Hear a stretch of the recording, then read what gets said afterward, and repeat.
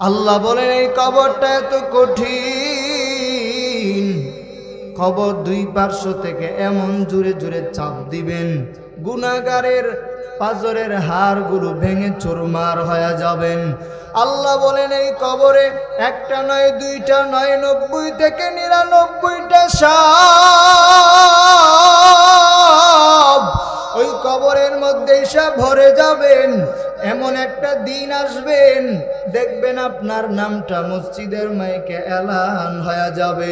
ওই দিন আর আপনার নাম আব্দুর রহমান আর আব্দুল করিম বলবে না,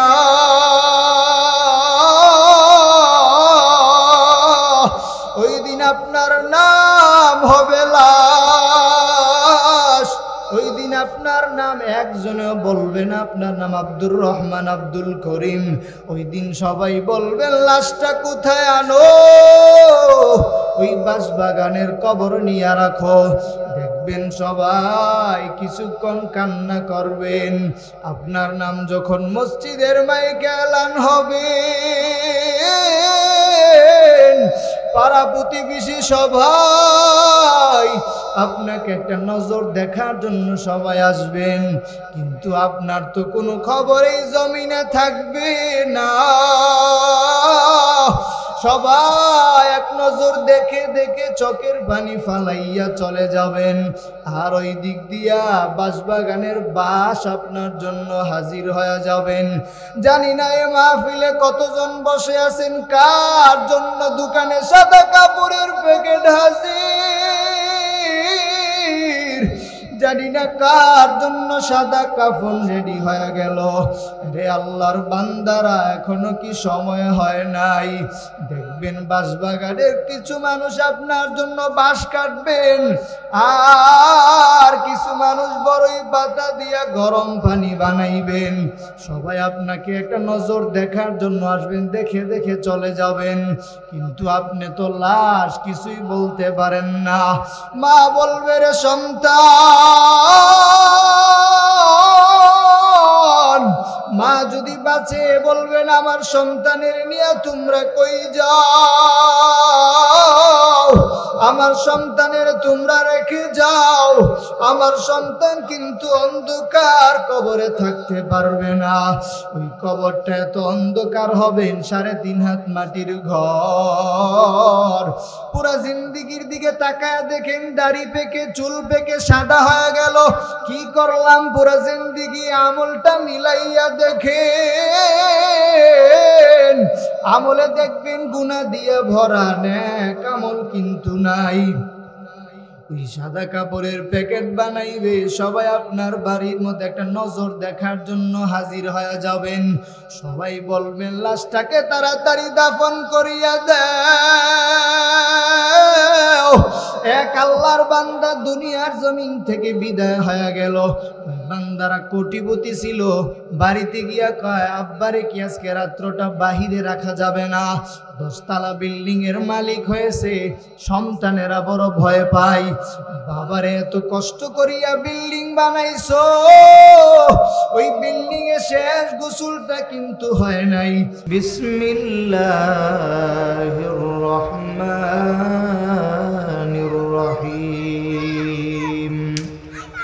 কুল্লু নাফসিন যায়িকাতুল মাউত ওয়া ইন্নামা তুওয়াফাউনা উজুরাকুম ইয়াওমাল কিয়ামাহ فمن زحزح عن النار وأدخل الجنة فقد فاز وما الحياة الدنيا إلا متاع الغرور.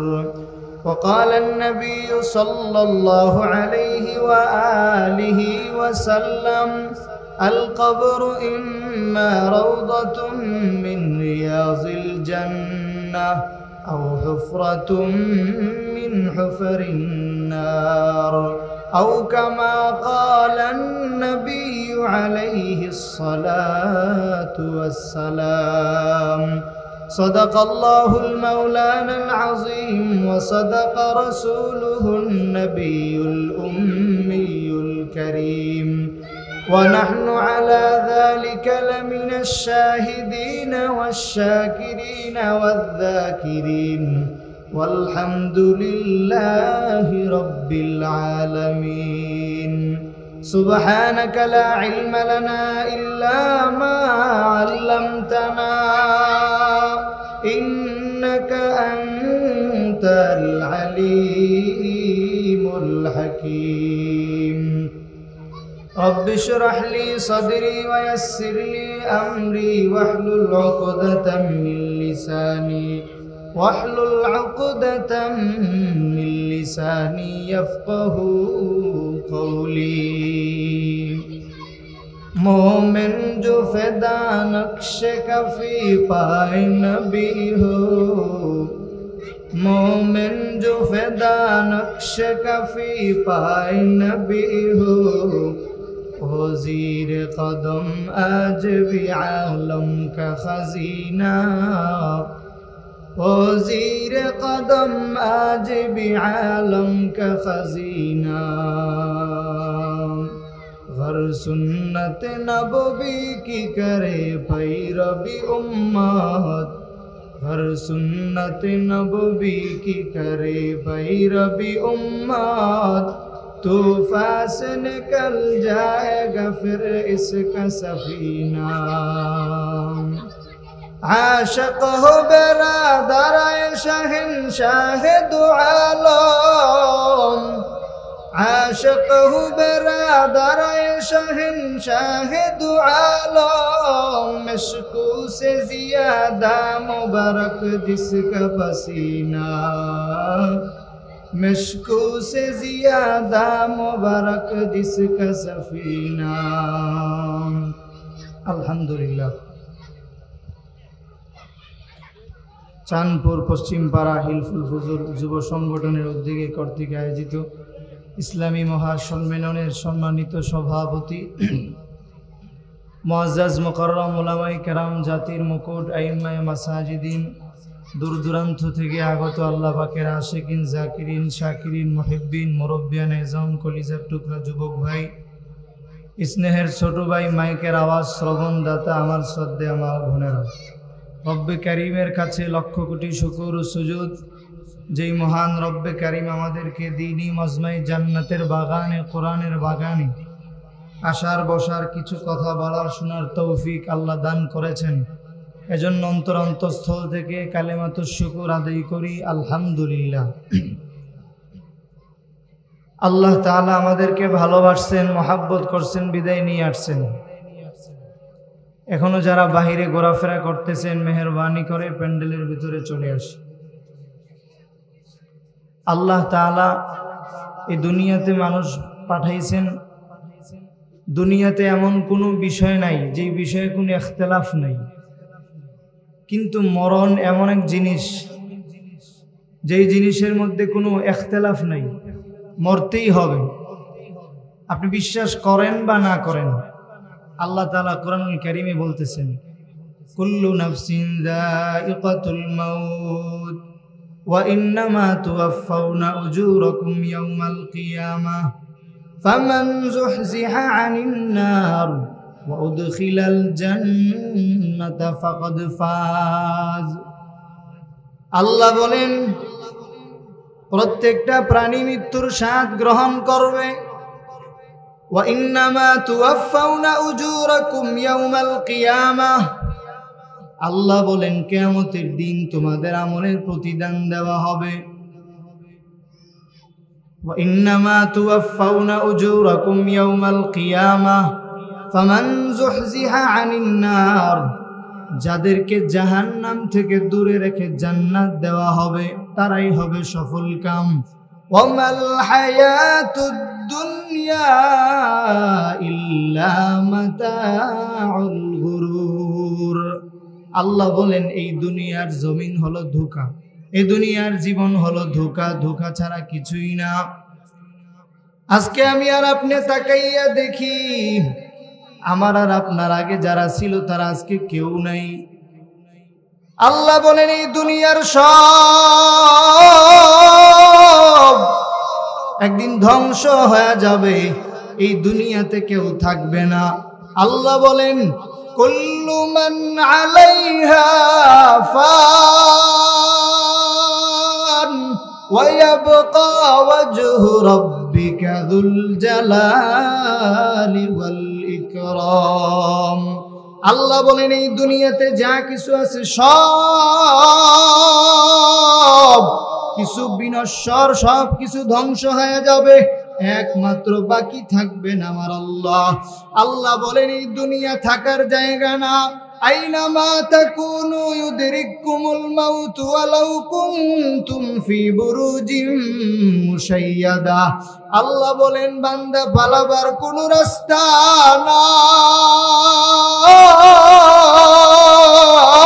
নাই, এই দুনিয়া থেকে পালানোর কোনো রাস্তা নাই, কোনো সুযোগ নাই। আল্লাহ বলেন আইনামা তাকুনু ইউদরিকুমুল মাউত ওয়ালাউ কুনতুম ফি বুরুজিম মুশাইয়াদা। আল্লাহ বলেন পালাবার কোনো রাস্তা নাই, যদিও তুমি যেখানেই যাইবা মরণ তোমাকে পাকড়াও করবে, মরণ তোমাকে ধরবে। অতএব এই দুনিয়াতে যারা বড় বড় সম্পদের অধিকারী ছিল কেউ আজকে দুনিয়ার জমিনে নাই। আমি আর আপনি দুনিয়ার জমিনে থাকতে পারবো না। আল্লাহ বলেন বান্দা আমি আল্লাহ তোরে বানাইলাম, আমি আল্লাহ তোরে সৃষ্টি করলাম। বান্দা তুই মনে করিস না আমি আল্লাহ তোরে এমনি এমনি পাঠাইলাম, আমি আল্লাহ তোরে এমনি পাঠাই নাই। বান্দা মনে রাখবি একটা দিন আছে হাসরের ময়দান, ওই হাসরের ময়দানে কিন্তু আমি আল্লাহর সামনে দাঁড়ানো লাগবে। আল্লাহর সামনে দাঁড়ানো লাগবে না হাসরের ময়দানে? বিশ্বাস আসেনি? আল্লাহ বলেন এই দুনিয়ার সব কিছু ধ্বংস হয়ে যাবে, একমাত্র বাকি থাকবেন আল্লাহ। জিবরাইল আলাইহিস সালামও মরবেন, আজরাইলও মরবেন, সব কিছু ধ্বংস হয়ে যাবে, মরবে কিন্তু আল্লাহ শুধু বাকি থাকবেন। আজকে ডানে বামে তাকাইয়া দেখেন কত মানুষ দুনিয়ার জমিন থেকে চলে গেল। আমি আর আপনি কোন দিন যাব কোনো গ্যারান্টি আসেনি। কথা বলেন না, আসেনি? আল্লাহ বলেন বান্দা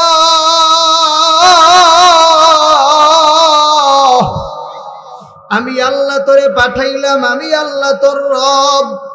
বান্দা কত গুনাহ করছো, আমি আল্লাহ কিন্তু বেজার হই নাই। আরে বান্দা তোরে ফজরে ডাকলাম আয়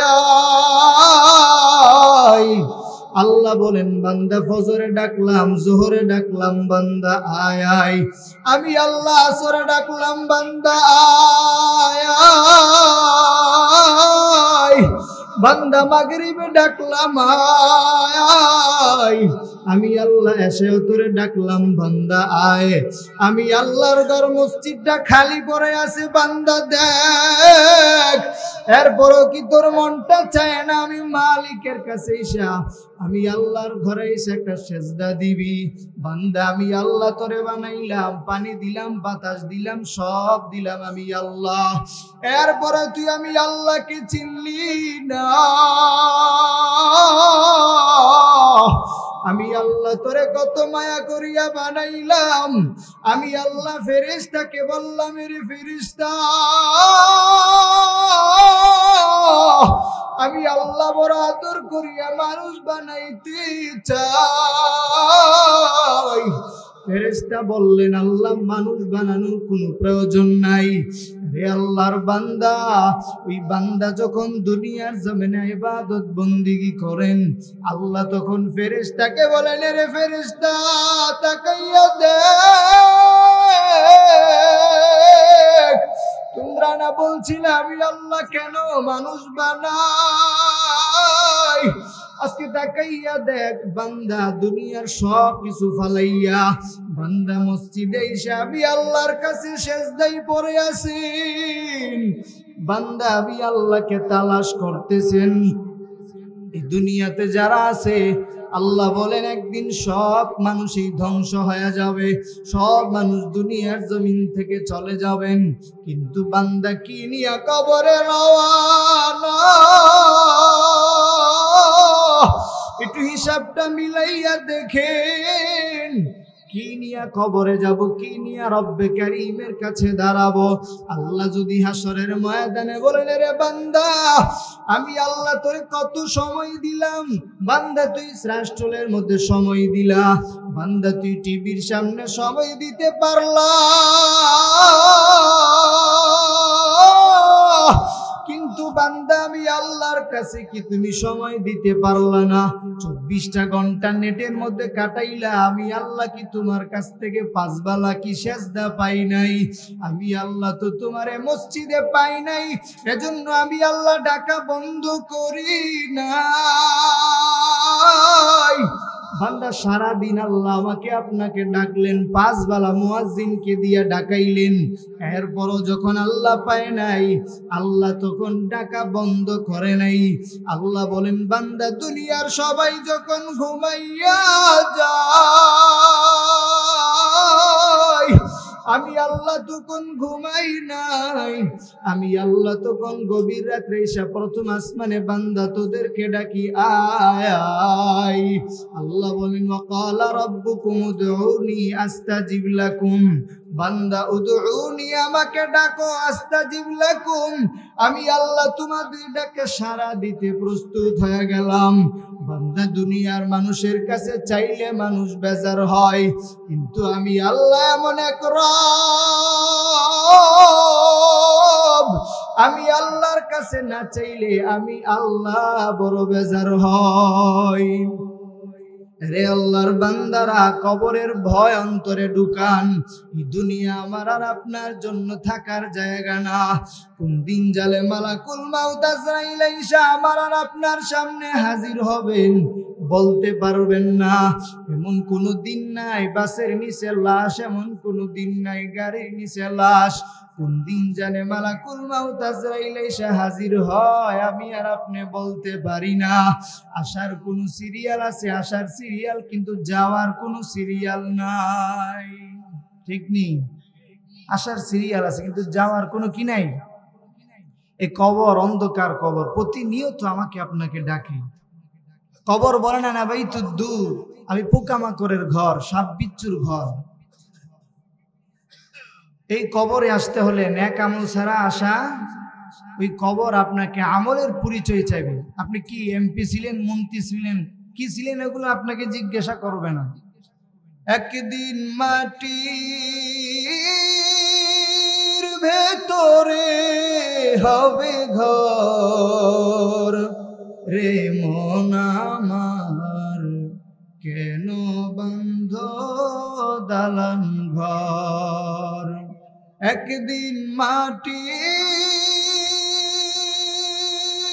মাটির ভেতরে হবে ঘর, রে মন আমার কেন বন্ধ দালান ঘর। সবাই বলেন একদিন মাটির ভেতরে হবে ঘর, রে মন আমার কেন বন্ধ দালান ঘর। প্রাণ পাখি উড়ে যাবে পিঞ্জরা ছেড়ে, ধরা দামে সবই রবে তুমি যাবে চলে। বন্ধু বান্ধব যত, মাতা পিতা তারা শত, সকলে হবে তোমার পর, রে মন আমার কেন বন্ধ দালান ঘর। একদিন মাটির ভেতরে হবে ঘর, রে মন আমার কেন বন্ধ দালান ঘর। দেহ তোমার চর মচর গলে পচে যাবে শিরা উপশিরা গুলো ছিন্ন ভিন্ন হবে মুন্ড মেরুদণ্ড সবই হবে খণ্ড খণ্ড পরে রবে মাটির উপর রে মন আমার কেন বন্ধ দলান ঘর সবাই একদিন মাটির ভেতরে হবে ঘর রে মন আমার কেন বন্ধ দালান ঘর কবরের চিন্তা আসেনি কবরের চিন্তা নাই এই কবর অনেক ভয়ঙ্কর কবর আপনার প্রথম ঘাঁটি এই কবরে যদি ধরা খান সব জায়গায় ধরা আল্লাহ বলেন বান্দা গুনাহ নিয়ে কবরে আসলে কিন্তু কবর এত কঠিন হয়ে যাবে কবর বড় ভয়ঙ্কর হয়ে যাবে বান্দা গুনাহ নিয়ে কবরে আইসো না আল্লাহ বলেন রে বান্দা কবরটা এত কঠিন বান্দা গুনাহ নিয়ে কবরে আসছো বান্দা গুনাহ নিয়ে কবরে গেলে কবরের আযাব সহ্য করার ক্ষমতা কারো নেই আল্লাহ বলেন এই কবরটা এত কঠিন কবর দুই পার্শ্ব থেকে এমন জোরে জোরে চাপ দিবেন গুনাহগারের পাজরের হাড়গুলো ভেঙে চুরমার হয়ে যাবেন আল্লাহ বলেন এই কবরে একটা নয় দুইটা নয় 90 থেকে 99টা সাপ ওই কবরের মধ্যে এসে ভরে যাবেন এমন একটা দিন আসবেন দেখবেন আপনার নামটা মসজিদের মাইকে এলান হয়ে যাবে ওই দিন আর আপনার নাম আব্দুর রহমান আর আব্দুল করিম বলবে না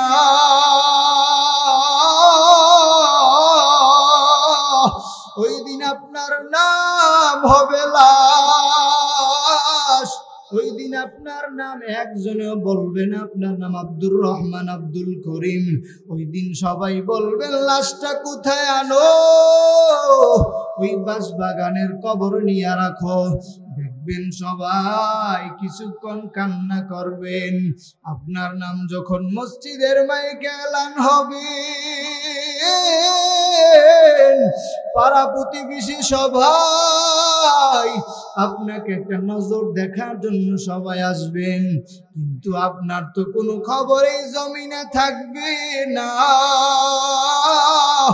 সবাই এক নজর দেখে দেখে চোখের পানি ফালাইয়া চলে যাবেন আর ওই দিক দিয়া বাঁশবাগানের বাঁশ আপনার জন্য হাজির হয়ে যাবেন জানি না এই মাহফিলে কতজন বসে আছেন কার জন্য দোকানে সাদা কাপড়ের প্যাকেট হাজির জানি না কার জন্য সাদা কাফন রেডি হয়ে গেল রে আল্লাহর বান্দারা এখনো কি সময় হয় নাই দেখবেন বাঁশবাগানের কিছু মানুষ আপনার জন্য বাঁশ কাটবেন আর কিছু মানুষ বড়ই পাতা দিয়া গরম পানি বানাইবেন সবাই আপনাকে একটা নজর দেখার জন্য আসবেন দেখে দেখে চলে যাবেন কিন্তু আপনি তো লাশ কিছুই বলতে পারেন না মা বলবে রে সন্তান মা যদি বাঁচে বলবেন আমার সন্তানের নিয়ে তোমরা কই যাও আমার সন্তানের তোমরা রেখে যাও আমার সন্তান কিন্তু অন্ধকার কবরে থাকতে পারবে না ওই কবরটা এত অন্ধকার হবে 3.5 হাত মাটির ঘর পুরো জিন্দেগির দিকে তাকায় দেখেন দাড়ি পেকে চুল পেকে সাদা হয়ে গেল কি করলাম পুরো জিন্দেগি আমলটা মিলাইয়া দেখেন আমলে দেখবেন গুনাহ দিয়ে ভরা নেক আমল কিন্তু নাই এই সাদা কাপড়ের প্যাকেট বানাইবে সবাই আপনার বাড়ির মধ্যে একটা নজর দেখার জন্য হাজির হয়ে যাবেন সবাই বলবেন লাশটাকে তাড়াতাড়ি দাফন করিয়া দাও এক আল্লাহর বান্দা দুনিয়ার জমিন থেকে বিদায় হয়ে গেল বান্দারা কোটিপতি ছিল, বাড়িতে গিয়া কয় আব্বারে কি আজকে রাত্রটা বাহিরে রাখা যাবে না? 10 তলা বিল্ডিং এর মালিক হয়েছে, সন্তানেরা বড় ভয় পায়। বাবারে এত কষ্ট করিয়া বিল্ডিং বানাইছো, ওই বিল্ডিং এ শেষ গোসলটা কিন্তু হয় নাই। বাবাকে গিয়া জিজ্ঞাসা করলেন, মসজিদের ইমামের কাছে গেছে, হুজুর আব্বারে বড় ভয় লাগে, দুনিয়ার জমিন থেকে তো চলে গেছে, ওই মরা লাশে দেখলে বড় ভয় পায়। একটু চিন্তা করিয়া ব্রেইনের মধ্যে খাটাইয়া দেখেন, সন্তান যদি বাবার লাশটাকে ভয় পায় মারা যাওয়ার পরে, এত কোটি টাকা দিয়ে বিল্ডিং করলেন, করার পরে শেষ রাত্রটা সারা রাত বাহিরে রাইখা দিলেন, ভিতরে রাখার কোনো সুযোগ নাই। মা নাকি ভয় পায়, ছেলে সন্তান সবাই নাকি বড় ভয় পায়, লাশ দেখলে নাকি তারা সহ্য করতে পারে না। দুনিয়ার জমিনে আমার আপনার অবস্থা যদি এমন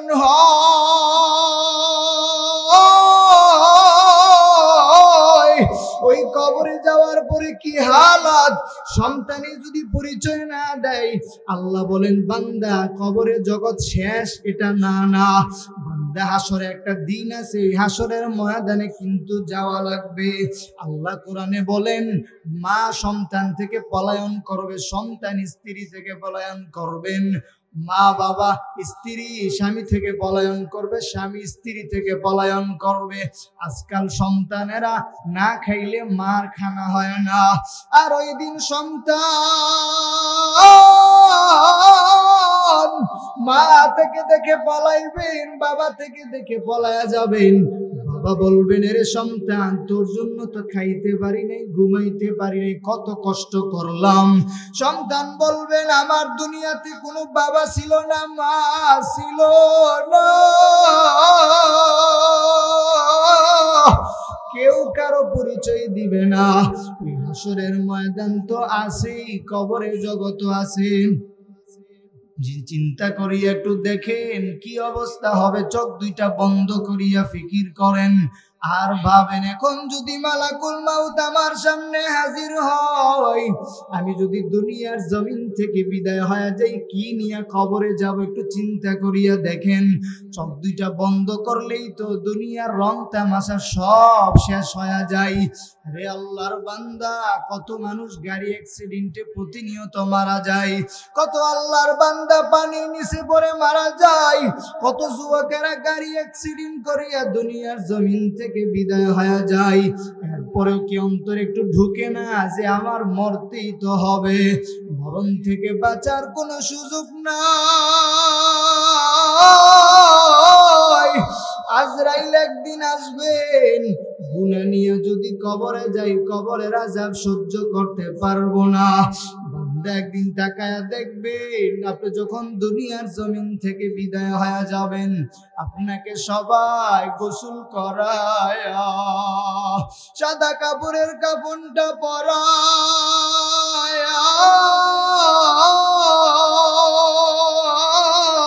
বাড়ির পাশে বাসবাগানের মধ্যে নিয়ে রাখবেন।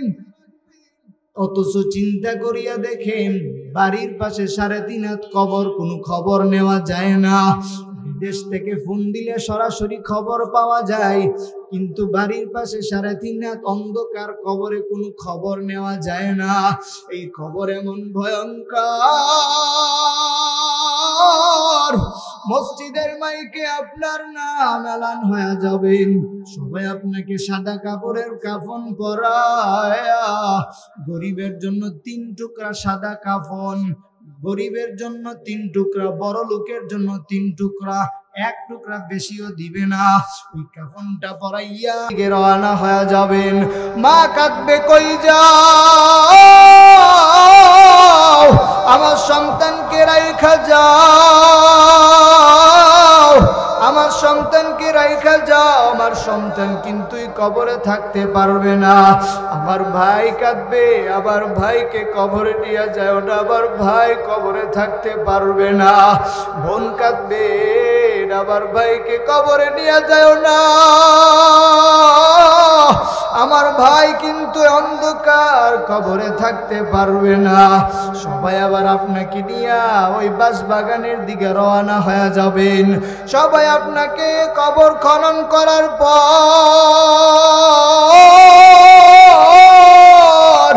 ওই কবরের মধ্যে আপনাকে রাখবেন। এরে চাঁদপুরের মুসলমান, একটু চিন্তা করিয়া দিলের কান লাগায়া শুনেন, যদি এখনই আপনার মরণ হয়, আমার আর আপনার বাঁচার কোনো সুযোগ নাই, বাঁচতে তো পারবেনই না। আল্লাহ তো কোরআনেই বলছে বাঁচার কোনো সুযোগ নাই, মরতেই হবে। রে আল্লাহর বান্দা, সবাই যখন আপনাকে কবরে নিয়ে রাখবেন, সবাই আপনাকে কবরে রাইখা এবার সবাই বাড়ির দিকে রওনা হয়ে যাবেন। আর যেই বান্দাকে কবরে রাখবেন, ওই বান্দা ডাকবেন, ওই অন্ধকার কবরে ফালাইয়া, ও চাঁদপুর এলাকার বাসী, আমাকে কবরে একা রাইখা যাইও না। ওই কবরে কিন্তু আমি একা থাকতে পারবো না। আপনাকে সবাই কবরে রাইখা সাদা কাপড়ের কাপড়টা সহ আপনাকে পেঁচাইয়া কবরে রাখবেন। কবরে রাইখা উপরে বাঁশ দিয়া আবার মাটি দিয়া সবাই চলে আসবেন। সবাই বাড়ির দিকে রওনা। এমন সময় সবাই যখন চলে আসবেন, ফেরেশতারা এসে আপনার কবরে হাজির হবেন। আপনাকে প্রশ্ন করবেন, রে আল্লাহর বান্দা, 3 প্রশ্নের জবাব দাও। ওই কবরে যাওয়ার পরে আপনাকে জিজ্ঞাসা করবেন আপনি কোন দল, কি করতেন, এগুলো জিজ্ঞাসা করা হবে না। আপনি কি আলেম ছিলেন, আপনি কি মুসলমান ছিলেন, আপনি কি ছিলেন, জিজ্ঞাসা করা হবে না।